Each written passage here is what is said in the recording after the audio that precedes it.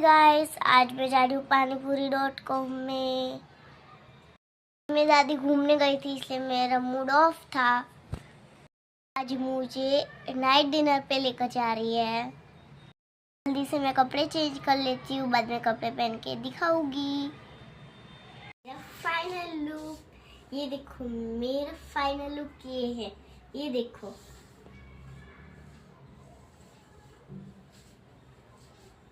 कैसी लग रही हूँ कमेंट करके बताना मुझे।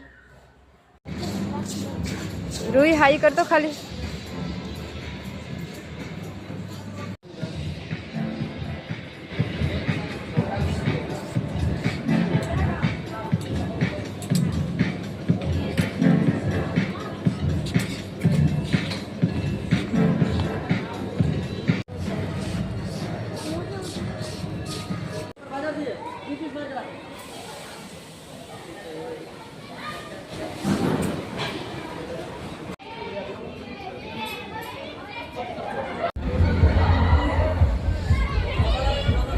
રૂહી ગરમ છે, બધાથી દૂર રહેશે.